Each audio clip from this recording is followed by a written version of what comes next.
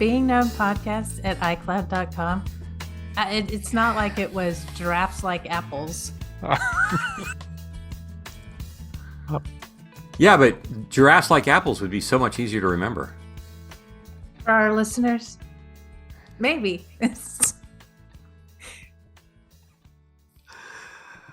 That was so good. I say that after every episode. And I mean it most of the time. I mean it a lot.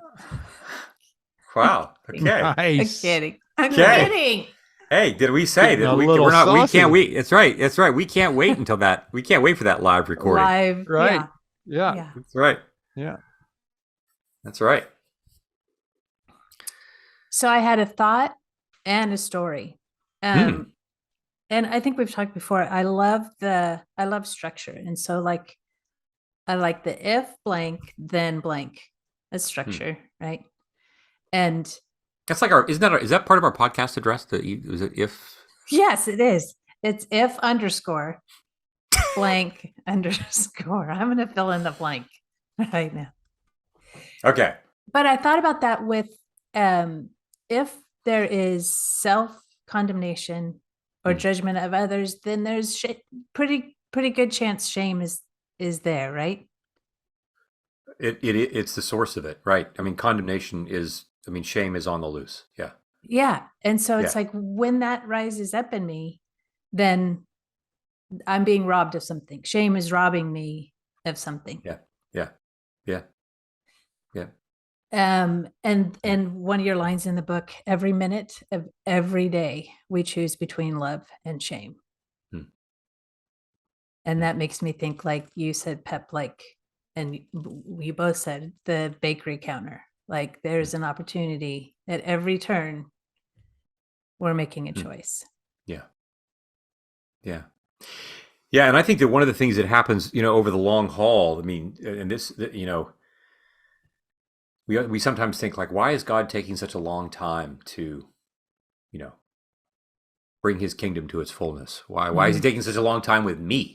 Like, right. why am I why is it so hard for me to get my life in order over time? And in some respects, we'd say, well, God is just being thorough. He's working really hard to make sure that we get all the ground covered, because evil has been, we have taken such a long time developing this narrative of shame over such a long time that, we're pushing against such a really hard thing to do. And part of how that story has unfolded is the included in all this is, and what shame has done is that it has minimized my awareness of the significance of my life in a very short, brief, small moment. I don't have any, like, unless I'm doing something that clearly and plainly to everybody. You were saying this earlier, Pep, in the, like, unless it's big, right? Like, unless I'm doing something really significant that's, I don't know, obviously significant to everybody, then I don't feel like, I don't see how this moment at the bakery counter can be all that big of a deal. Right. Because I don't see myself as being that big of a deal. And that is because of the work that how evil has used shame, not just in my life, but over the millennia of what it has meant for us to be humans.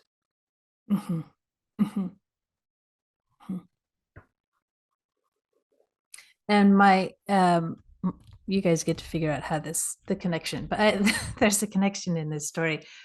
But I was thinking about, like, the body of believers, the confessional communities, and this story kept coming to mind. But one of my teachers took us to the San Francisco Modern Museum of Art, and our task was to, after the visit, write a review on a piece of art.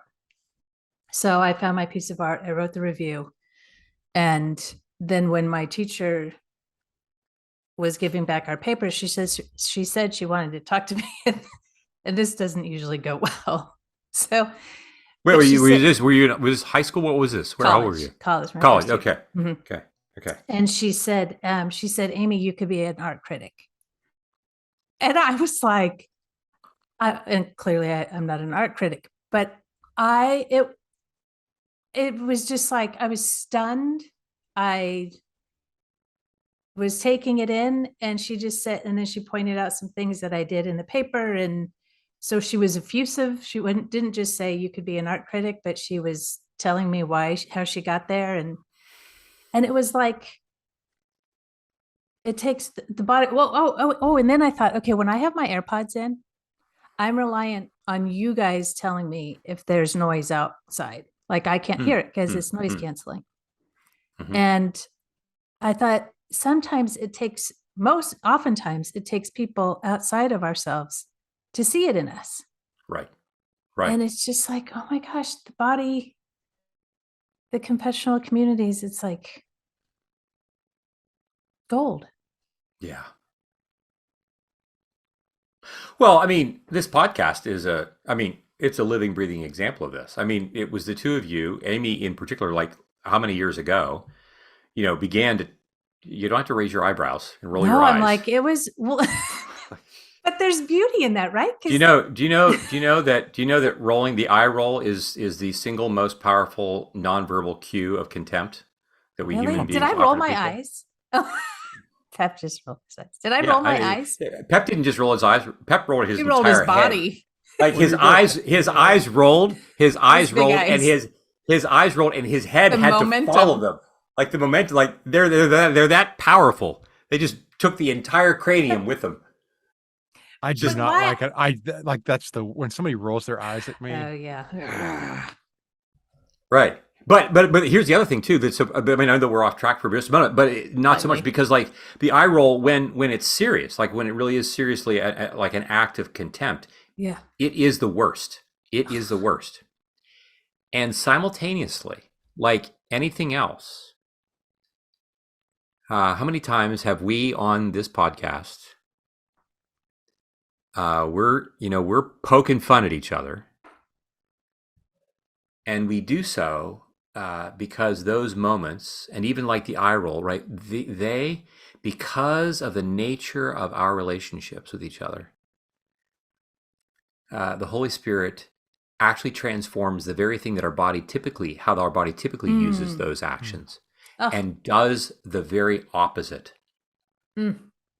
So Hadrian's Pantheon in Rome, I don't know if you've ever been there, to this massive structure that I'm like, how in the world, in whatever it was, 200 somewhere AD, how they put these pillars and the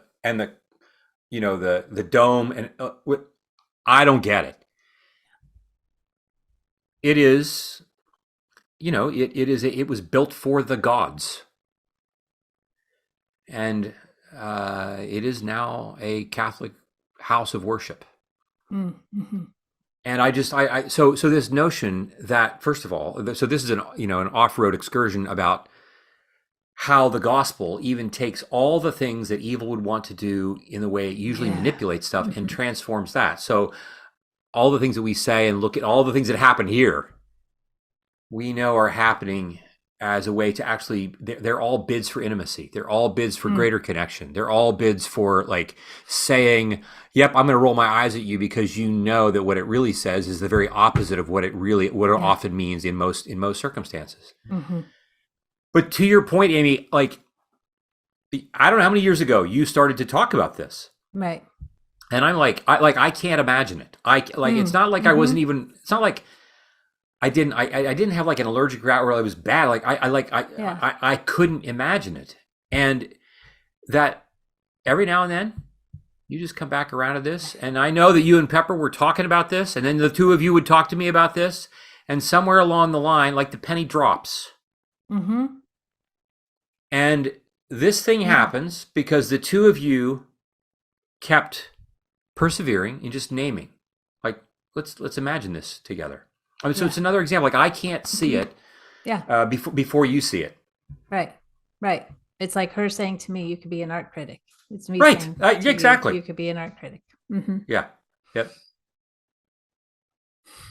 Pep, I have a question. Wait, is your that's a great story. I love that story, by the way.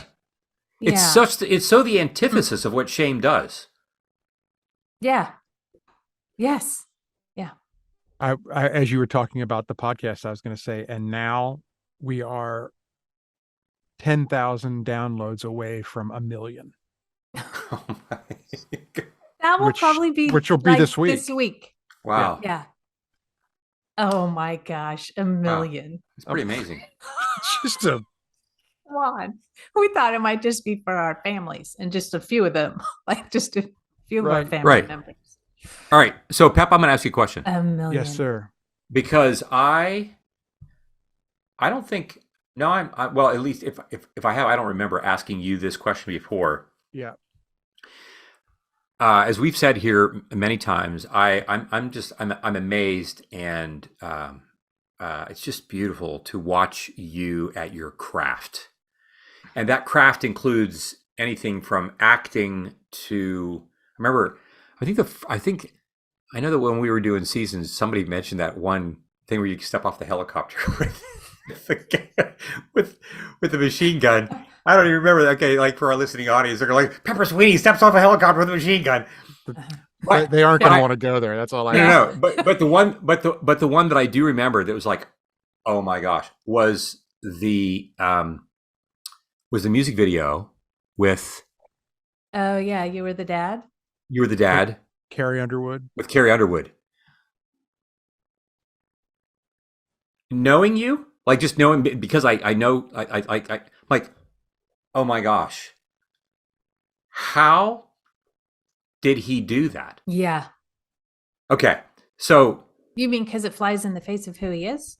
Well, I mean, yeah, I mean, knowing that he's not, an angry alcoholic dad. Mm-hmm. But also being aware of, some of the things that we've talked about acting and so forth, and what you have to bring to it, and the story of the, coming up the elevator and or the elevator's broken, all those things.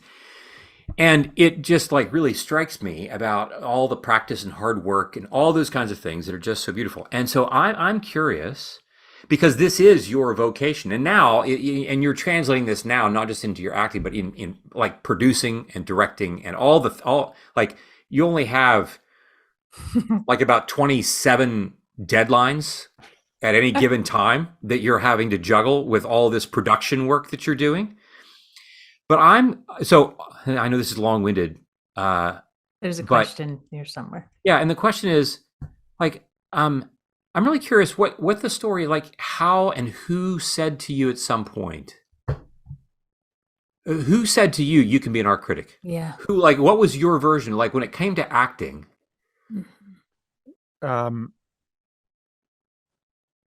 Well, I mean, somewhere it's like it's somewhere between, like, there you are in third grade, and then 10th grade, and then the next thing you know, like. Right. Well, in 3rd grade, I wrote the Christmas play. Are you serious? Are you serious? Yeah, and I didn't even know to pick 3rd grade. And so in 3rd grade, I wrote. You're like Jesus. You're like Jesus in the temple. We produced it. I mean, it was like they picked it. Everybody, people brought in real plays and everything, and they picked my play. So the 3rd grade, I wrote, and then, like your son, I went to an all boys high school.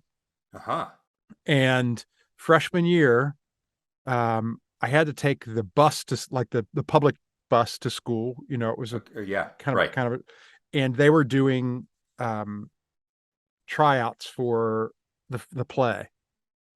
Yeah. And I rode the bus down, and I went to the door, went in the school, went to the door, heard them in there auditioning and doing their thing, and I chickened out, and I turned around and got back on the bus and went home.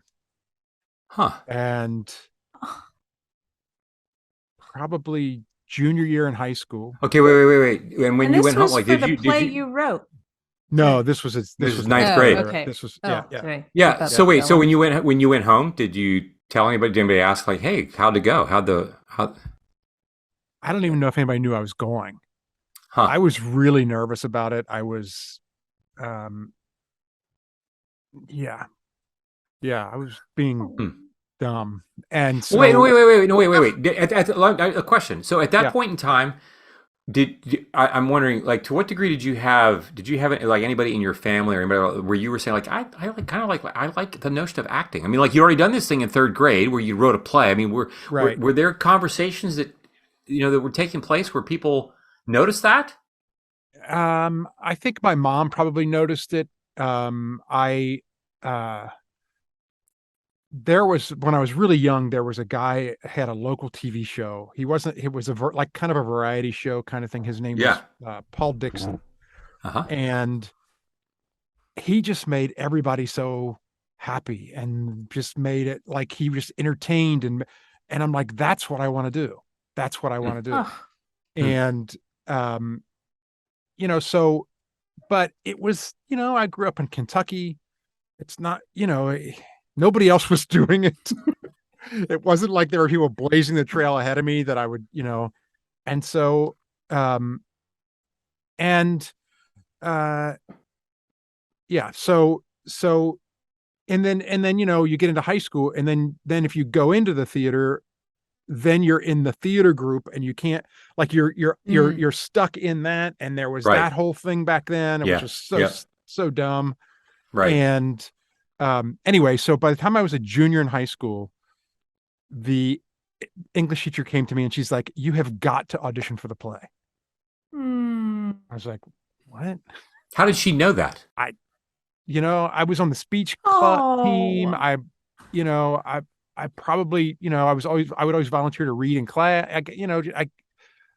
Wow. So, God um, bless her. so I auditioned for the play, and that was the first play um, that I was ever really in. How did it feel? Beside the third. Oh, it was awesome. It was Just like awesome. you felt like you were home.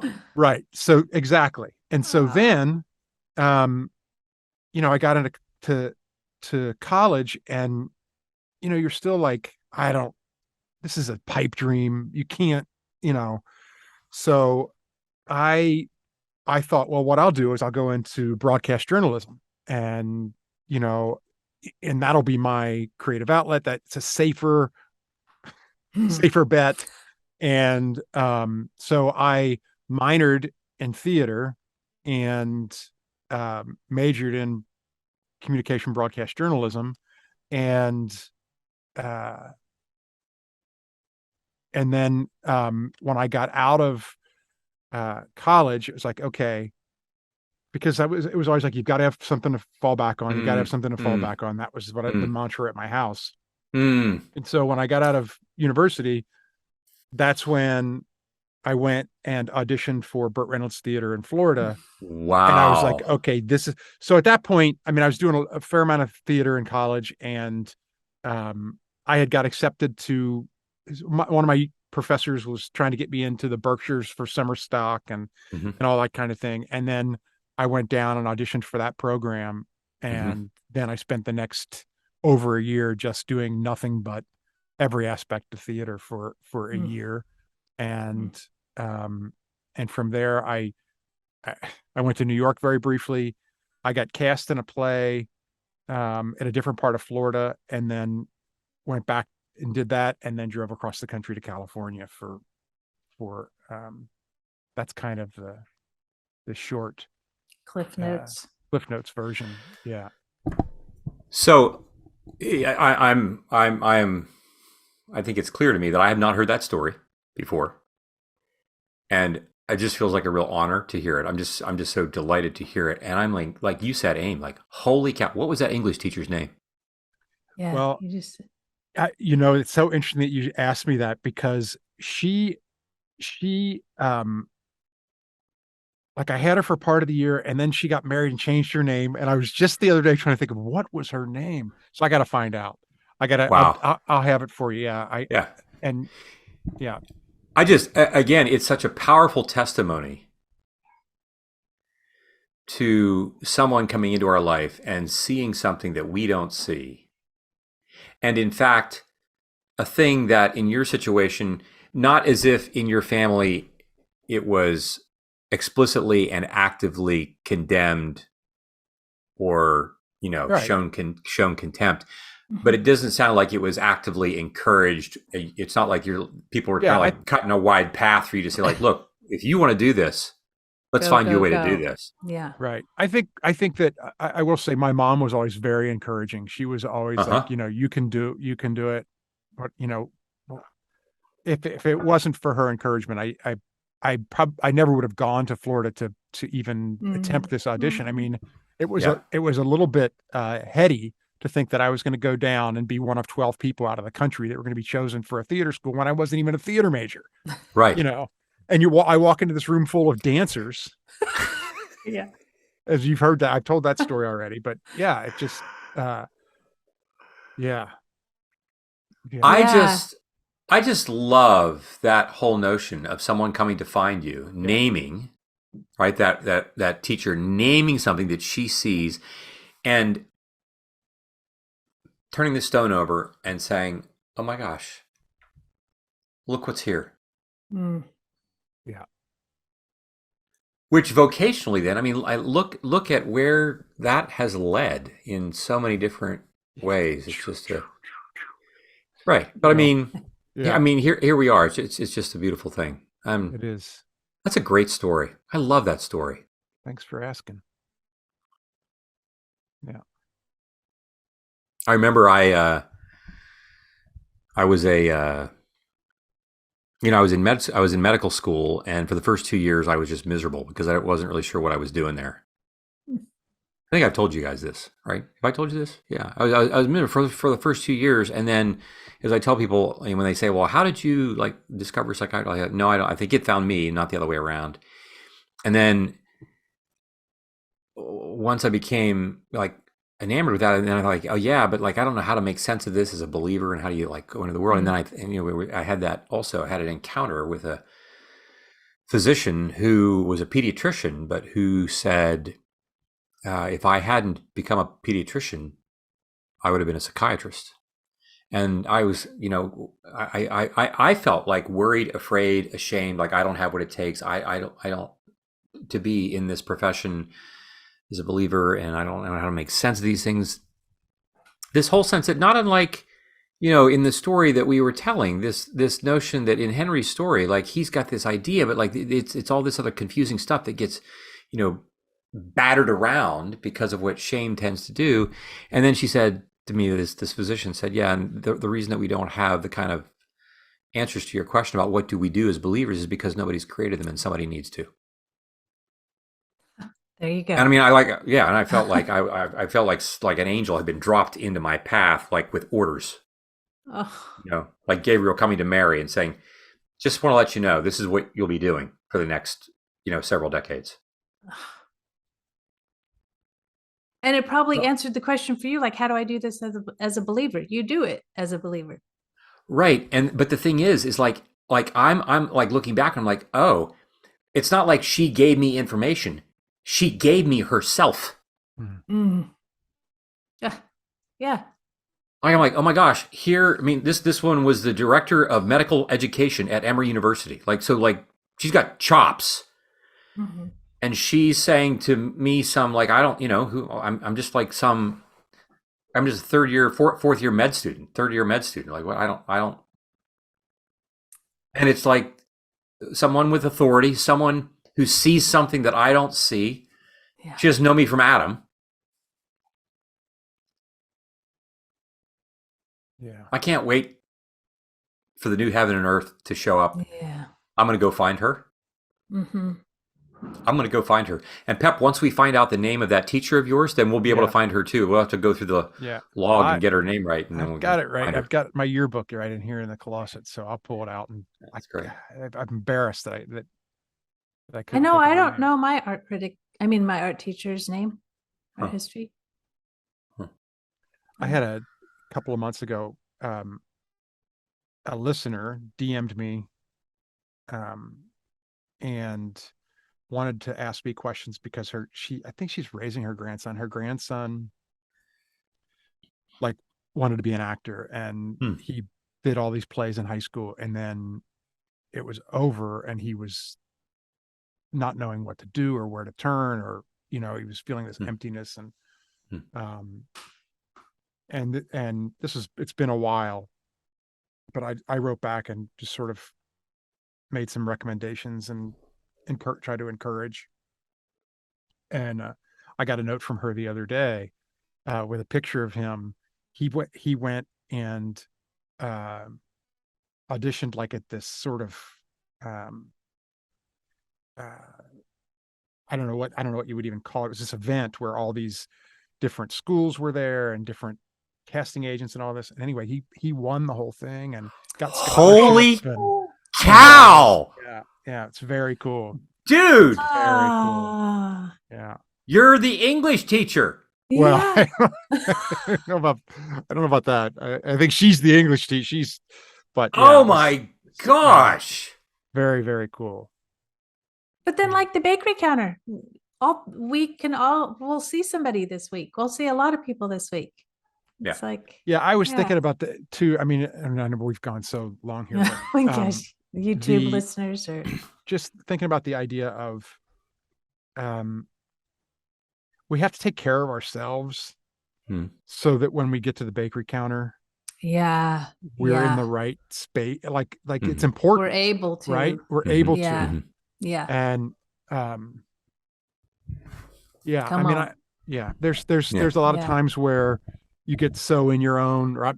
Pepper gets so in his own crap and his own stuff that I miss those encounters. And those are my favorite. Like those are, you know, that's the meat. That's, you know, and well, I just want to pause you for a second and say, like, so you get a message, you get a DM from someone, and how easy it is. Like, no, I got these 27 deadlines, right? Yeah, and I don't have time to answer that. Yeah. So I either don't, or I'm like well intended. I'll get to it if I get to it, and the next thing you know, 3 weeks go by, and and now I don't even think of it. Or maybe it's something that reminds me of it, or whatever.